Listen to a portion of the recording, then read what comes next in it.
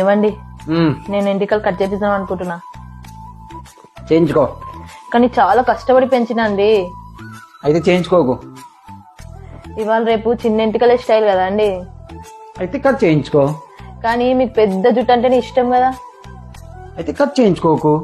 మా ఫ్రెండ్ అంటుంది నీ ఫేస్ మీద చిన్న ఎంటికలే బాగుంటాయని. అయితే కట్ చేయించుకో. చిన్న వెంట్రుకలకు జడ వేయడం రాదు కదా అండి.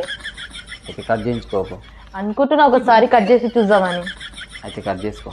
కట్ చేపిస్తే ఎంటికలన్నీ ఖరాబ్ అయితే కావచ్చు. అయితే చేయించుకోకు. ఆలోచిస్తున్నా ఒకసారి కట్ చేపిద్దామని. అయితే కట్ చేయించుకో. కట్ చేయించుకున్న తర్వాత ఖరాబ్ అయితే మీదే బాధ్యత. అయితే చేయించుకోకు. కానీ చిన్న ఎంటికలు మెయింటైన్ చేయడం చాలా ఈజీ అండి. అయితే చేయించుకో. అంటే ఏమైతుందండి కట్ చేపించుకున్న తర్వాత ఖరాబ్ అయితే. అయితే చేయించుకోకు.